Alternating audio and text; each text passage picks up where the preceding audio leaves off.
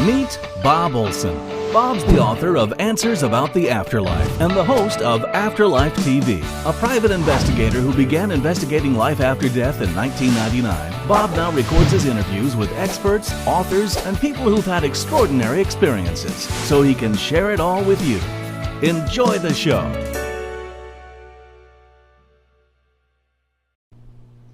Hi everybody, Bob Olson here with Afterlife TV. This is where we search for evidence of life after death. You can find us at afterlifetv.com. I'm so excited about today's guest. His name is Robert Schwartz. He wrote a book called Your Soul's Plan, and I got to read the subtitle to it actually because it explains exactly everything that book is about. Discovering the real meaning of the life you planned before you were born. This subject, which covers what we're going to be talking about today to answer this question of, do our souls plan our challenges, struggles, and sufferings before our birth? You know, a lot of people have asked over the years, why does God allow, people to suffer? And, I've heard, why, what's the other question? There's a book out there, why do bad things happen to good people, all that sort of thing. This is what this book is all about. Let me just start by welcoming you, Robert, to Afterlife TV. It's an honor to have you here. Thank you, Bob. It's a pleasure to be here. I'm really excited because it does answer those questions that a lot of people have when we go through difficult things in our lives. We're often wondering, are we being punished? Did we do something wrong? Or are we not? Is nobody recognizing? Is the universe not recognizing that we're going through these difficult things? And why is it happening? We have so many questions. Your book and your research answers that for us in such an articulate way. I've been researching this field since 1999. This is not the first time I thought about this. I've even written about this subject. But when I read your book, I was absolutely amazed to the point where I thought, this guy, not only does he get it, like he gets it better than I get it. Like you can answer this question better than I have ever even tried to. But the way you write is you have this ability to take this very complicated subject and make it simple to understand. So I appreciate that from you, really. Thank you. That's a great compliment. Thank you. Well, why don't we jump right into it, because that's what I like to do here on Afterlife TV. We'll jump right into the question, and then we'll talk a little bit more about we'll talk a little bit more about the book and some other things that you're going to be doing towards the end. How would you answer that question? Do our souls plan our challenges, struggles, and sufferings before birth? And if your answer is yes, maybe you could explain why. Sure. Bob, let me just begin by telling your viewers that I have a website at yoursoulsplan.com, and they can download a large portion of the book for free at yoursoulsplan.com. That's nice. That's great. But to answer your question, I certainly believe that we, or rather our souls, plan our biggest challenges for us prior to birth. And what I've seen in my research, and I'll just rattle these off quickly and then we can talk about them as you like. The main reasons our souls plan big challenges for us are 1, to balance karma, 2, healing, 3, in service to others, 4, in order to experience contrast, and now a 5th one that's just come up in the research for my new book, which comes out in a few months, and that is to heal false beliefs. Those are the big 5 reasons. Wow. I'm writing those down because they're so important, and so let's get back to those a little later. In the interview, let's start, because I know we're going to talk a lot about these two concepts. Maybe you can maybe define them a little bit for us and explain their roles. I'm talking about the concepts of spirit guides and soul groups. What do you have to say about those two things? Well, the soul group, Bob, as I understand it, is a collection of souls who are at more or less the same evolutionary stage. So you and the other members of your soul group will reincarnate repeatedly together, playing every conceivable role in service to each other so that you can learn and grow. So you and the members of your soul group will be, for example, father and daughter, mother and son, husband and wife, brother and sister, best of friends, mortal enemies, and even murderer and the one who is murdered. At the soul level, there's no judgment about any of these roles. They're all played out in service to each other for learning, for growth. A spirit guide is a highly evolved non-physical being who helps the soul and who helps us plan the life prior to birth. So what will happen at the soul level, basically, the soul will create the life plan. Then the soul will take a portion of its energy. That energy becomes you, the personality that's going to incarnate.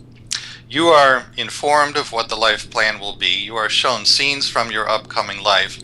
And then you have an opportunity to agree to the plan, or you also have an opportunity to say, no, I don't agree to the plan. Or you can express fears, worries, doubts, or concerns. Most personalities will agree to the plan as it's conceived of by the soul. Occasionally a personality says no, and then the plan is actually revised. Sometimes the personality expresses fear or worry or doubt. If that happens, then your spirit guides step in. You sense the greater wisdom of your guides in your soul. You sense the great love of your guides in your soul. And so when they reassure you that the plan is in your best interest, almost always, if you have doubts, they're assuaged at that point. Mm-hmm. You still can say no, but almost always you would then agree to the life plan. Okay, interesting. So this is really intricate in a way. You make it sound nice and simple. I mean, really, again, you make it understanding, and I appreciate that. The intricacy of it is, though, the way you're describing. It would seem to me that there's so much involved. So because of our soul groups, because there's other people involved, right? Our spirit guides are creating these things, these plans for us during our lifetime. But because we're interacting with other people and we have all these other agreements with everyone, they must, what are they spirit guides communicating with other people's spirit guides in order to make all this work for all of us? I think that's happening. I think also our souls are communicating with the other souls. Mm-hmm. I think as the personality comes into formation, the personalities have a means to communicate with each other. But when you talk about the intricacies, the complexities of the life plan, the way that's addressed is, as I understand it, and I'll use an analogy. This comes from one of the mediums with whom I collaborate. Her name is Stacy Wells. Stacy has the ability to both see and hear the pre-birth planning sessions that occur prior to incarnation. And when we do the research for my books, we go into people's pre-birth planning sessions and we listen to the conversations in which these great challenges are planned.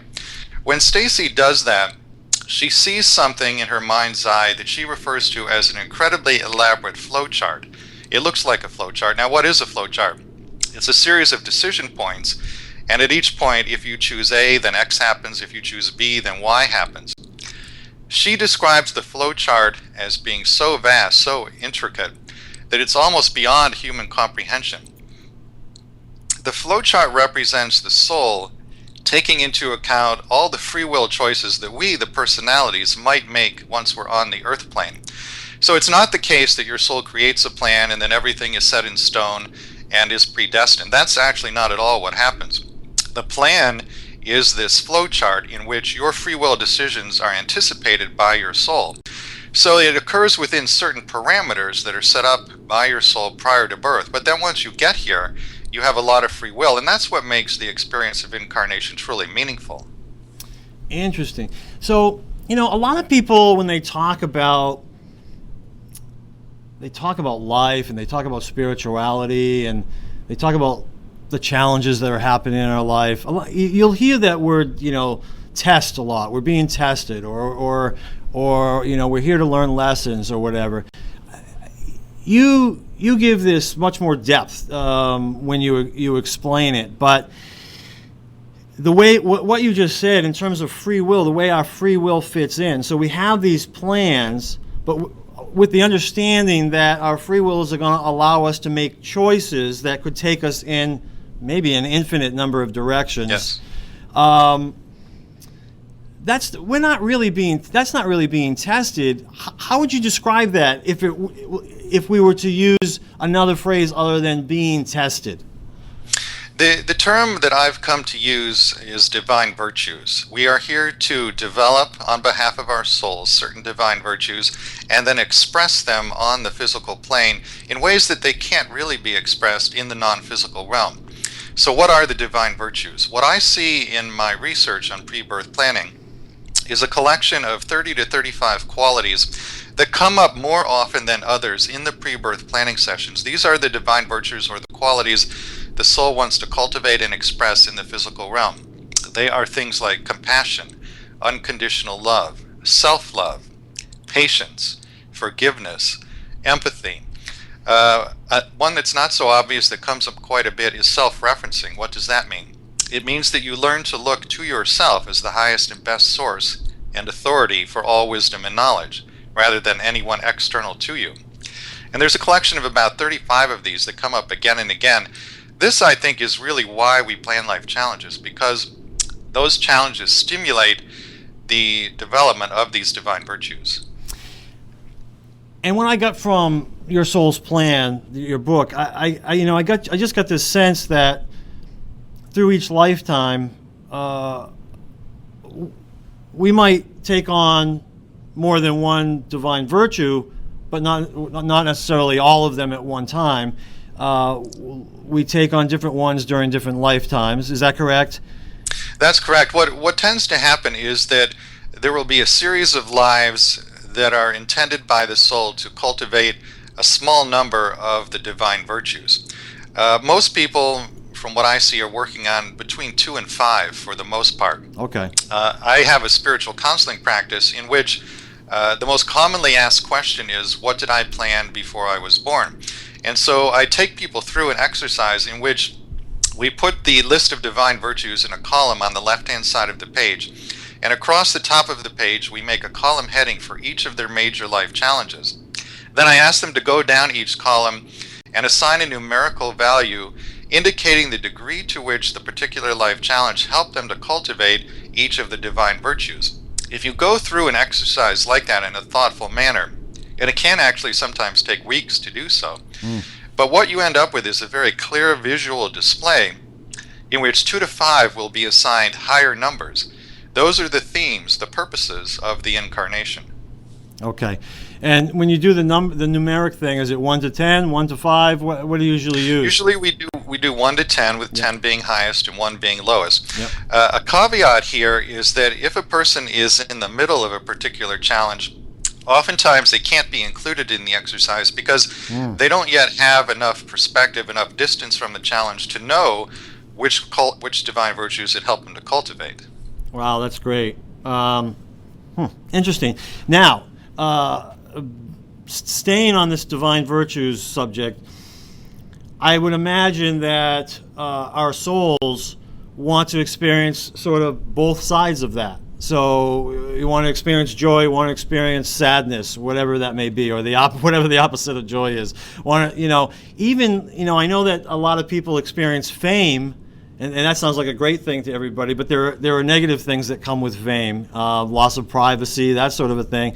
Is that true? And I don't imagine we do it all in one lifetime. So in one lifetime, we might experience one side of one of these virtues, and another lifetime we'll experience the opposite? That's true. I do see that in my research, and I believe the reason for that is that there are certain qualities that are inherent in the soul and that really constitute the soul's identity. These would be love, peace, and joy. Soul wants to come into what you could call a more profound self-knowing. It wants to understand what it is, who it is. So how do you come into a more profound self-knowing? Well, one very powerful way to do that is to experience the opposite of who you really are. And once you experience the opposite, then you have a deeper understanding of who you really are. This is an idea that comes up in a very eloquent way in one of the Conversation with God books. And God asked the author, Neil Donald Walsh, to explain it using the analogy of the white room, which goes like this. Imagine that you are a white being in a white room. So the ceiling is white, the floor is white, all the walls around you are white, everything in this room is white, including you. Now, if you are such a being in such a room, how do you know that you're white? The answer is you don't. And in fact, you actually can't until you experience something that is other than white. Then once you've had that experience, then you understand much more deeply what it means to be a white being. This, I think, is the crux of what the soul is doing on the physical plane. In the non-physical realm, we as souls are love, peace, and joy. But because there's no contrast to that, we come here to the physical realm to experience the contrast, things like sadness, as you mentioned, things that would fall into the category of not love or non-love, because then when we return to the non-physical, the white room, so to speak, then we know who we really are. Wow, that's great. So in essence, we come here to learn more about ourselves, our soul self. That's exactly right. That's awesome. I love it. All right. If you can, I know in your book you have 10 examples that range, that talk about all sorts of different things: physical illness, death of a loved one. Name some of the other subjects that you cover. And deafness, blindness, drug addiction, alcoholism, severe accidents, a number of major life challenges. Exactly. And I think you do such a great job with it. I wondered if you could give us an example. It doesn't necessarily have to be from the book, that because this is Afterlife TV, we have a lot of people who are grieving the loss of a loved one. Could you kind of give us, even if you make something up, a hypothetical example of why someone might subject themselves to deep grief in this lifetime, by losing someone, not necessarily to old age, that sort of thing, but what we might consider an early death or an accidental death, some tragic death maybe. Could you give us some kind of an example so people can kind of really grasp what we're talking about here? Well, as a matter of fact, in Your Soul's Plan, there's an entire chapter called Death of a Loved One. And in that chapter, I share the true story of a woman named Valerie, who in this lifetime lost both her fiancé and her only son in ways that we would consider to be early or premature. And what happened in this particular case is her fiancé died literally 2 days after they became engaged. He was a deep sea diver, and he was injured in an accident while out at sea under the water, and he died 2 days after they had announced their engagement. Her son, Dustin, died at the age of 16 of a seemingly accidental drug overdose. And we worked with medium Corby Mitleid, who has the ability to channel the soul or the higher self. So in researching the Death of a Loved One chapter, I talked with Dustin's soul. Corby channeled the soul. And we asked Dustin's soul, was this seemingly tragic death planned prior to birth, and if so, why? And what Dustin's soul told us was that it was all agreed upon before birth, not just his death, but also DC, who was the fiancé. His death was also agreed upon. And Dustin and DC had their own particular reasons for wanting to have relatively short lifetimes. They made that decision prior to incarnating and also prior to creating a life plan with Valerie. Valerie then came to them after they had made those decisions and said, I'm planning another lifetime. I've been with both of you before. I love you both very, very much. I would like it if you would share this new lifetime with me. And so DC and Dustin explained to Valerie, well, we might do that, but we're not planning to be there for very long. And they gave her the choice. And Valerie responded by saying, well, I understand that I'm going to lose you at a young age, but I will work with that. I will use that to foster my own evolution, my own growth. And so in the pre-birth planning session, we actually hear the conversation between Valerie and DC and Valerie and Dustin, in which they tell her they won't be here very long, and then she agrees to that upfront in order to have them as part of this lifetime. Now, when Corby channeled Dustin's soul, we asked specifically about the drug overdose. And what the soul told us was that it wasn't the quantity of drugs that took Dustin's life, but rather the decision prior to birth to end the incarnation at that time. And the drugs themselves were simply an exit point. Prior to birth, Bob, we each plan several different exit points when we can leave the physical realm and go back to the non-physical. You would take an exit point under one of two circumstances. Either you did everything you came here to do, or the soul concluded that you couldn't do what you came here to do. And in either case, it's appropriate then to go back to the non-physical realm. The soul went on to explain to us that had the pre-birth plan not called for Dustin to die at that time, the exact same quantity of drugs would not have taken his life. So here on the physical realm, we think, well, he took too much of the drugs and that's what killed him. But it wasn't the quantity of drugs, it was the soul level decision to utilize that as the means to end the incarnation. It was exactly what was planned before birth. Then we asked the question, why would Valerie agree to such a painful plan? And basically, the explanation was very, very simple. It was all about lessons in balance. We were told that Valerie had a number of previous lives in which certain tragic things had occurred that knocked her out of balance, and she stayed that way for the entire lifetime. What I've seen in my work is that if we don't master a particular lesson in a past life, we often choose it again in order to master it. And this is exactly what Valerie did. She had been knocked off balance many times in previous lives. She wanted that experience again for the very simple reason that she wanted to master the lesson of balance. She wanted these two deaths to knock her way off center, but then find her way back to center over the course of this lifetime. And it was really as simple as that. It's interesting. Oh, there's so much to that. All right, so where do I start? Let me just, one of the things, when you were talking about the drug overdose, it really made me think about, I know a lot of people who lose loved ones for all sorts of reasons. One of the questions that they play with in their mind was, well, it was their time to go. This was.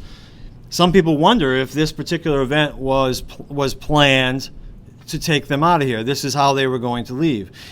From what you're saying, it sounds more like, and so tell me if I'm correct or not, sounds more like we have a sense of when we want to go, perhaps after we've accomplished something or realize we're not going to be able to accomplish it. We have a sense of when we want to go. But then you can tell me, is it our spirit guides or our souls or maybe the combination of the two who are then looking for these opportunities? He's getting on a plane, or he might get on a plane that's going to crash, and so there's an opportunity for him to go. Because, even with the plane example, we've seen airplanes crash, and some people actually live from that when everybody else dies. How does that happen, right? Or why does one go and not the other? Is it true that you could kind of look at these as these are opportunities to exit and go back home? Would that be a great word for it or not? I think that is a great word for it, Bob. And I can probably answer your question best by sharing with you another story that's in my book, Your Soul's Plan. In the chapter on planning accidents, I share the story of a young man in New York. His name is Jason Thurston. Jason planned prior to birth to have a severe accident. And what happened in his case is that in the summer of 2004, he and his wife and their children were having a party, a summer barbecue in their backyard. They had a swimming pool. And at one point during the party, he dove headfirst into the pool, just as he had many times before. But on this particular day, Jason hit his head on the bottom of the pool. He was knocked unconscious, and when he came to in the hospital the next day, he was a quadriplegic. We did a session with a medium in Chicago, her name is Deb DeBari, and we talked with Jason's spirit guides. And what they explained to us is that normally, if the pre-birth plan did not call for an accident like that, at the point at which he was about to dive into the pool, a guide would have intervened in some way. The guide could have put the thought into his mind, don't dive in, or the guide could actually have physically intervened in some way, although that would be more unusual. But what happened in this case is that because the accident was part of his pre-birth plan, the guides basically stepped back. They let him dive into the pool and they allowed the accident to occur. This is basically the same thing that happens in regard to death, and the example you gave for getting on an airplane that crashes. If that is part of the pre-birth plan, if it's one of the pre-chosen exit points, the guides will step back and not cause the person to miss the flight. If it's not part of the pre-birth plan, the guides may very well intervene, again, either physically intervening or whispering to the person such that they have a thought, don't get on the plane. And that's how those kinds of things happen. It's so important in so many ways, but one of the ways that comes to my mind is that I know that there are people who really get in their head, survivors of loved ones who have passed. really get in their head that about, maybe they could have prevented this, okay? And they start suffering because of the fact that they feel like, oh my goodness, I could have prevented that, or if I had answered his phone call, maybe he wouldn't have gone there, or if I had actually given him a ride when he asked for one, I was too busy, I didn't give him all these sort of things that happen. But what I'm getting from you is really, okay, yeah, maybe you could have prevented it that time, but there would have been another opportunity. He would have gone anyways, probably soon after that. Is that sort of the case here?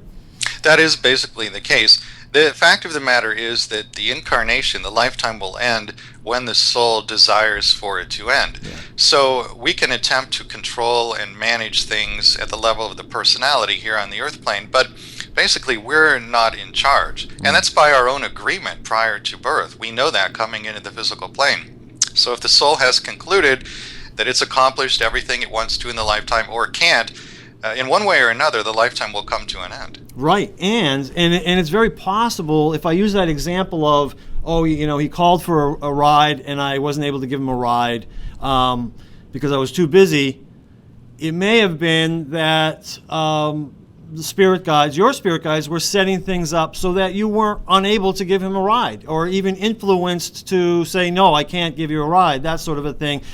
They're influencing not just that one person, but everybody else who's involved, correct? That kind of thing does happen, and also the converse happens. There's one story I read about in which I believe it was a husband and wife were at home. The wife was upstairs in the bedroom reading a book in bed, and the husband was in the garage attempting to commit suicide. And fortunately, in this case, the wife was clairaudient, so her guide said to her, he's in the garage, he's attempting to commit suicide, and she immediately ran downstairs, intervened, and prevented the suicide. So those kinds of interventions occur as well. Yeah, very interesting. The one with the pool, when I was a private investigator, I did a lot of personal injury cases, and I had a lot of pool cases where people dove in and became paralyzed. After doing dozens of those, one time we were out with some friends. We were at a wedding party, and at night in the hotel, we all went down to the pool and we were swimming. And there's a lot of chaos, a lot of things going on. Well, my wife jumped in, dove into the pool, and there was this one place where all of a sudden, the pool was shallow and then went really deep, and she happened to hit that corner with her head and broke one of her teeth. But she was okay. That was the extent of it. And I always thought, wow, after having had all these cases and then seeing that, what prevented her from having that same, tragic result that I had seen with so many other people? And it could very well be that, she was influenced to just maybe not jump quite as hard, or you turn her head just a certain way. Who knows? But I always think, thank goodness that didn't happen to her as well. But it's just amazing to see how it could really be that close. You never know. Yeah, you never know. I'm familiar with another true story in which it's the mother of someone in my life, and this woman was driving down a multiple lane highway. The lane ahead of her was completely clear, and she suddenly heard a voice in her head that said, change lanes. She'd never had a psychic experience before. She didn't know what was happening, but she listened and she got into another lane. A couple of seconds later, a car from another lane flipped into the lane that she had been in, and she probably would have been killed if she hadn't changed lanes when she did. That's amazing. And I'm not psychic either. And that same thing happened to me once. I heard a voice in my head slow down. I was turning around this ramp. It was very icy and typical winter in New England. I don't know why I listened to it at this time. I was young. I was in my 20s. I slowed down, and sure enough, the car in front of me just spun out and went all over the place and caused all kinds of havoc. And I was lucky enough to have heard that and listened, and escaped that destiny as well. All right, let's. I want to ask, if our soul plans every challenge that's in our life, or is it just the major ones? I think almost all of the major ones are planned, and many of the minor ones as well. But it's not the case that everything that happens that's challenging was planned before birth. And that's true also for events that we would consider non-challenging or even joyful. It's not the case that everything is planned prior to birth. You always have free will in each and every moment. And you can use your free will to deviate from your pre-birth plan whenever you like and as much or as little as you like. Now, normally, if you choose to deviate from the pre-birth plan, it will actually create more suffering in one way or another. And that's the universe's way of trying to get you back on track, to let you know you're off the plan. But even if you're on the path, most of the big challenges will have been planned prior to birth. It comes down basically, though, to law of attraction.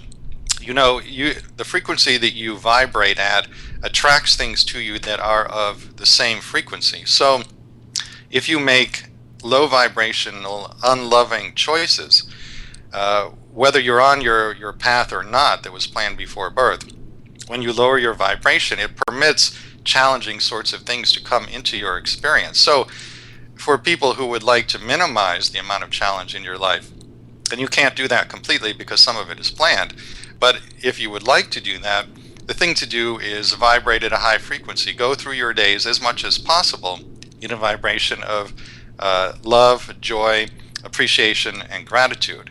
And that will draw to you things of the same frequency. Well, you just answered a couple of questions of mine right there. I'm glad you brought in the law of attraction idea, because that too is, a lot of people talk about that, and I know some people who talk about the law of attraction get themselves into a little bit of hot water when they start telling people that they attracted an illness or something into their lives.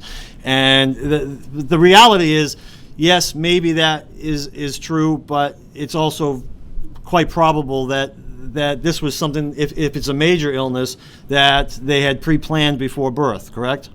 That's correct. I mean, we can all probably think of people we know who are very loving, joyful, happy people. So if it were purely the law of attraction like that, those people would never have any kind of major illness or major challenge. Yeah. So if they develop a major illness, most likely it's part of a pre-birth plan. And you talked about the more joyous experiences. So do we plan anything like that, or is that just sort of a natural state around all these challenges, or a choice of ours to be joyful in the face of challenge? How's that work? I think everything that you just said is true, but I can answer your question best by giving you a story from my next book. I have a new book about pre-birth planning coming out in a couple of months. It's called Your Soul's Gift, The Healing Power of the Life You Planned Before You Were Born. And in Your Soul's Gift, I look at the pre-birth planning of a number of different life experiences that are not covered in your soul's plan.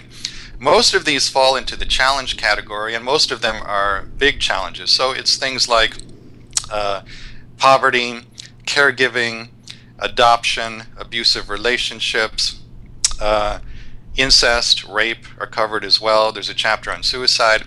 But this book also has a couple of chapters on things that don't fall into the challenge category, one of which is the pre-birth planning we do with our pets. And yes, pets are part of the pre-birth planning session. In that chapter, I share the story of a woman, Marcia, who planned prior to birth to be a dwarf. She's 4 feet 8 inches tall. That was the challenge she planned for herself, and it was basically set up as a challenge to learn unconditional self-love.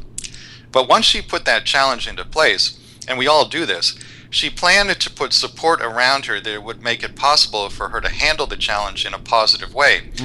Marcia chose to do this by planning with certain animals to be her pets and love her unconditionally in order to teach her how to love herself unconditionally. So it's fascinating. We go into her pre-birth planning session, and she's there talking to her future dogs, her future pets, a future horse.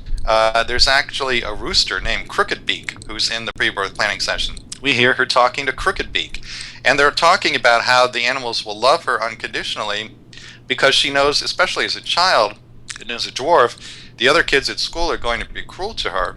She wants to come home to the loving embrace of her pets. there's again so much there. Thank you for sharing that with us. Knowing this book hasn't come out, I really appreciate that. A lot of people live with a sense of being a victim, and we know that. We know those people, and we have compassion for those people that they feel that way. Even in talking about this subject and recognizing that their souls might have planned some of these challenges for them that they're going through, they still might see it as though they are a victim of their own soul's planning. You know what I mean?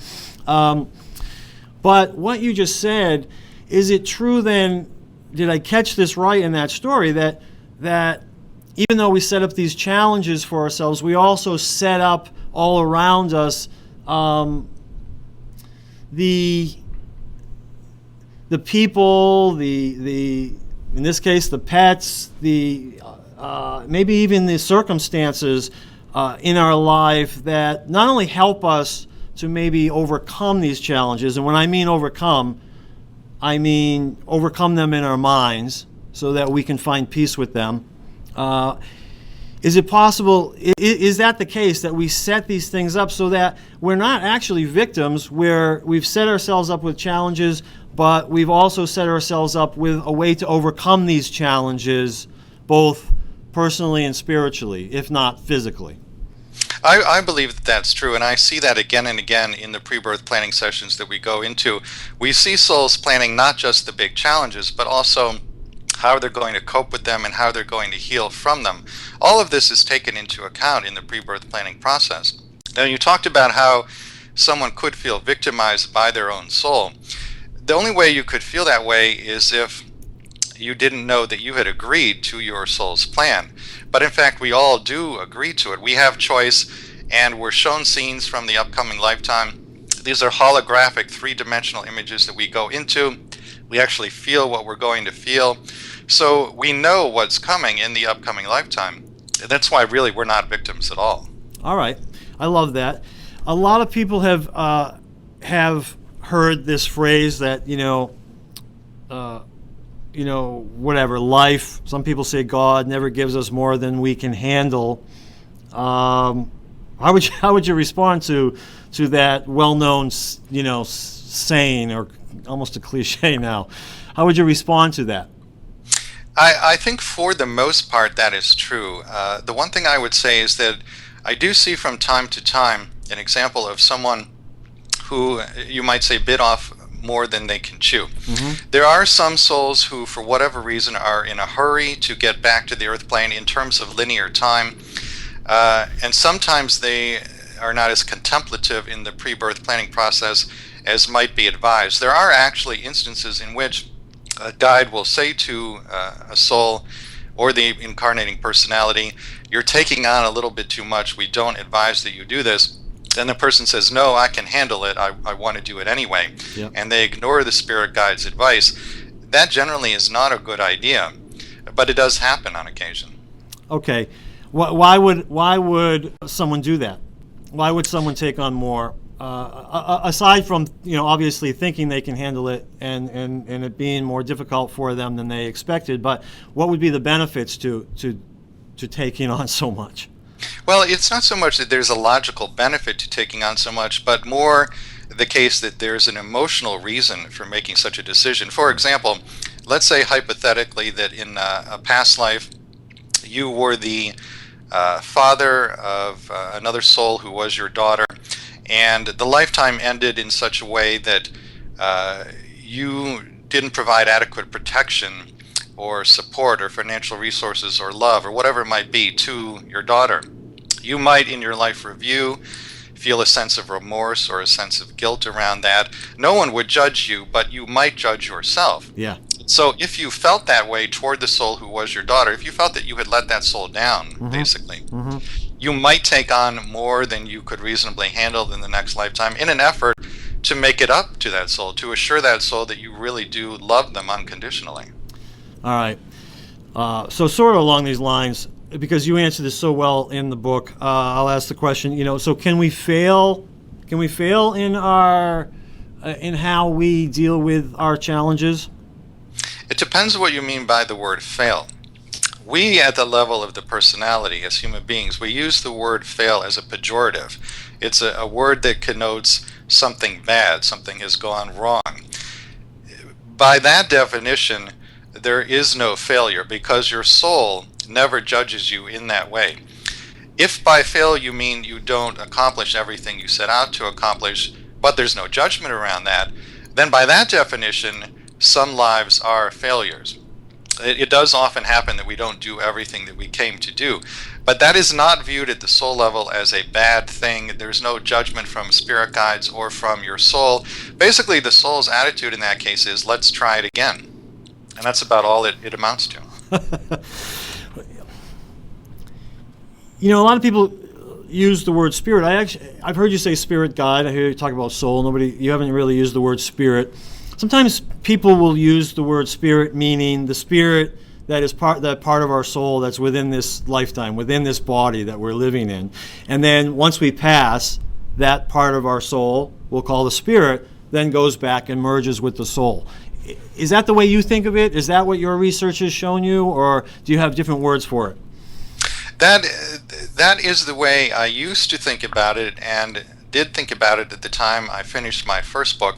Now, in the research for the new book, more information has come forward to indicate that the idea of the personality merging or reuniting with the soul is not technically accurate. It's accurate, as I understand it, if you look down time as a singular linear track.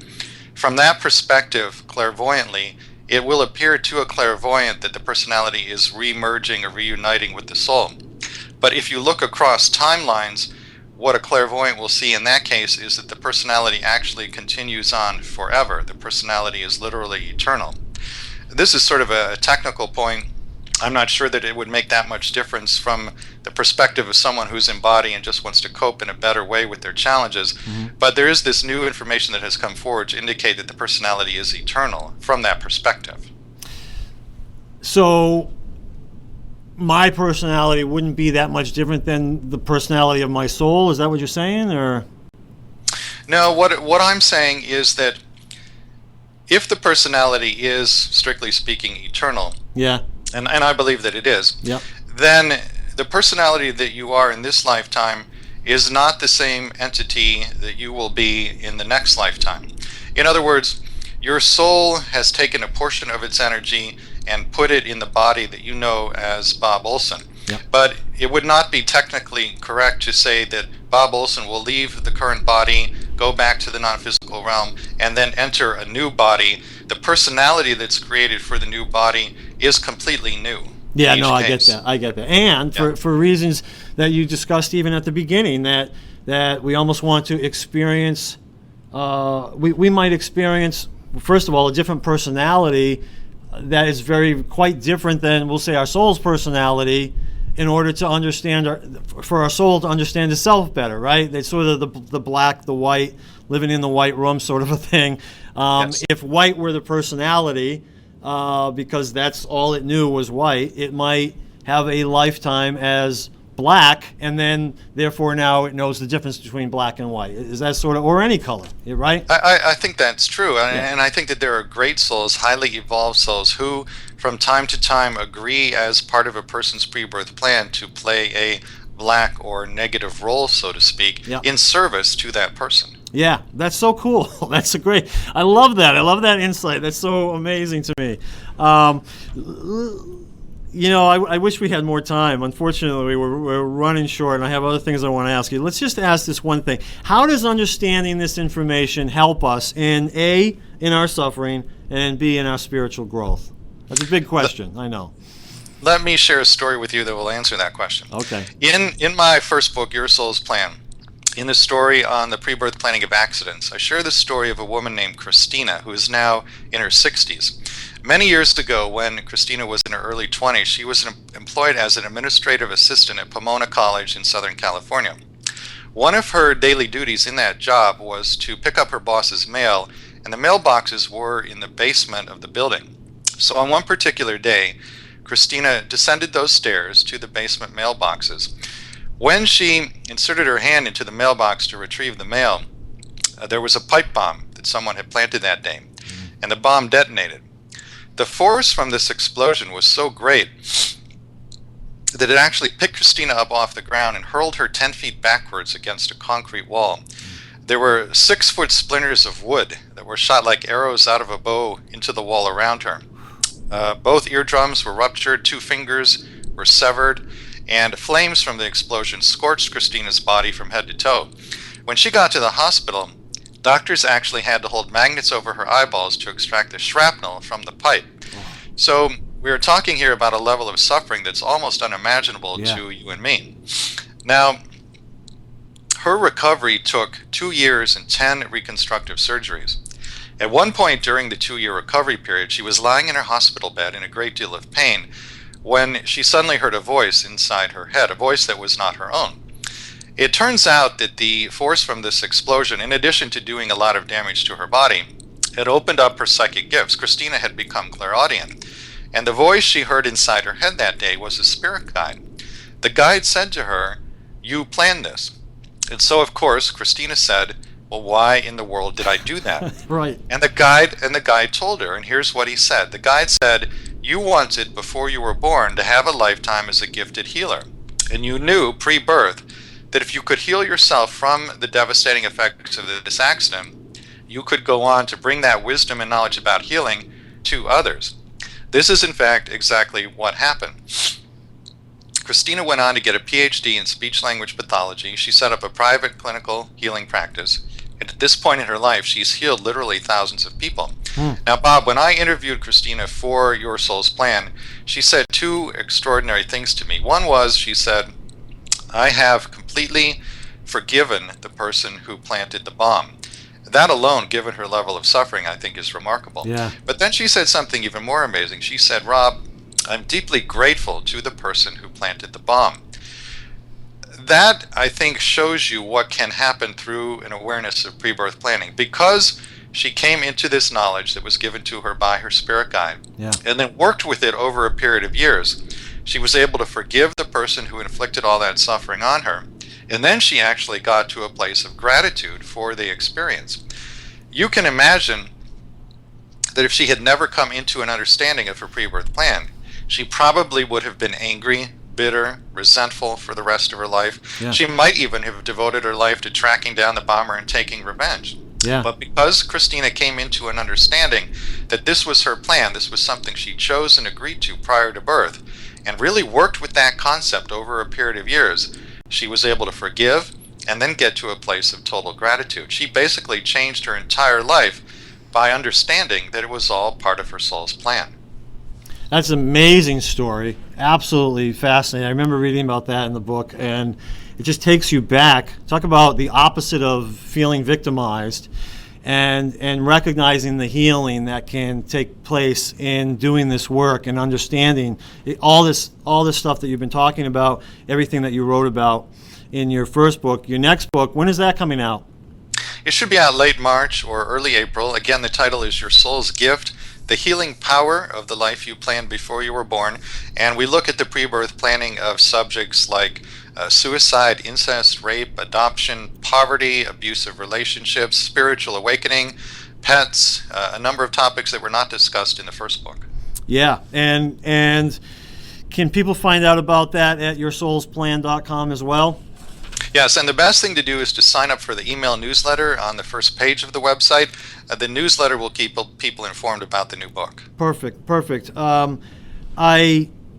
I hope people will just finish watching this video, and immediately order Your Soul's Plan right now. They can get it on your website. I know they can get it on Amazon.com.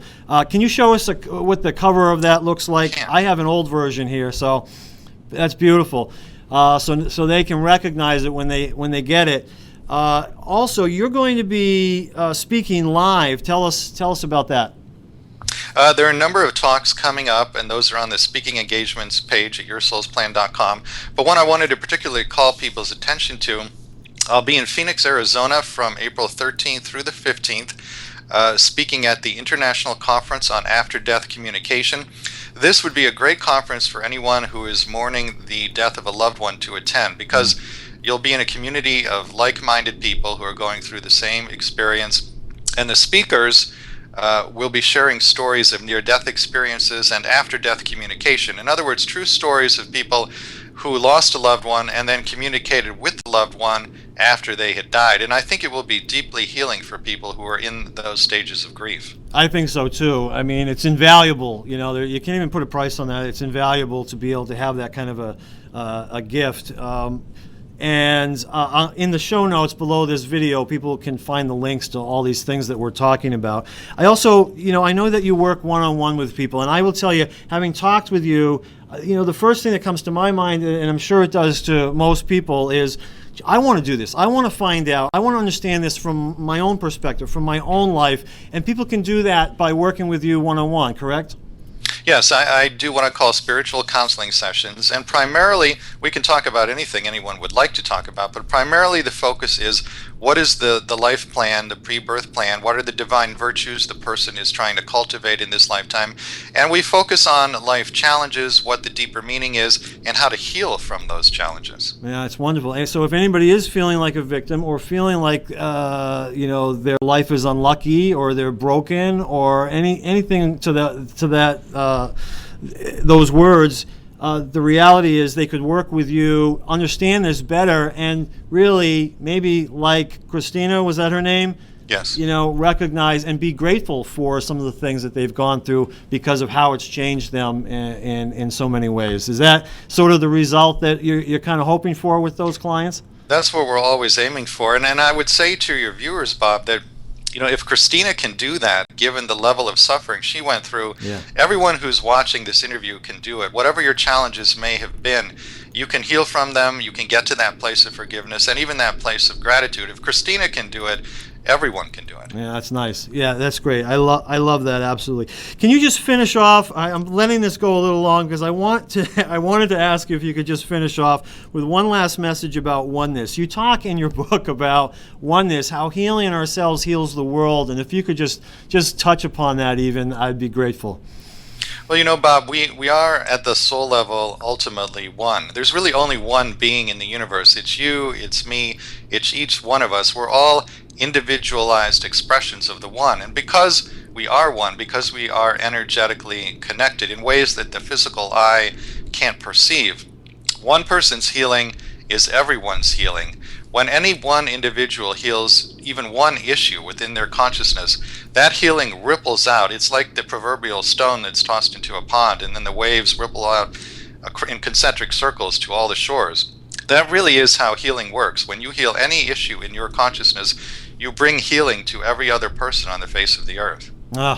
This is going to be one of those videos that people are going to want to watch over and over again, just like your book. I know so many people who have come to me and told me about it, even though I already knew. They were so excited about it. But one of the comments that I hear is that they keep reading it over and over again. There's something about the way you describe this. Thank you so much, Robert. It's been a real pleasure to me, and I know it's going to be a great pleasure to our audience as well. Thank you so much. You're very welcome, Bob. Thank you. All right, bye now. That's all for another fantastic Afterlife TV episode. Bob couldn't be happier. If you enjoyed this episode as much as Bob, please leave a comment on AfterlifeTV.com, Facebook, Twitter, or YouTube. And don't forget to check out Bob's book, Answers About the Afterlife. Thanks for watching Afterlife TV.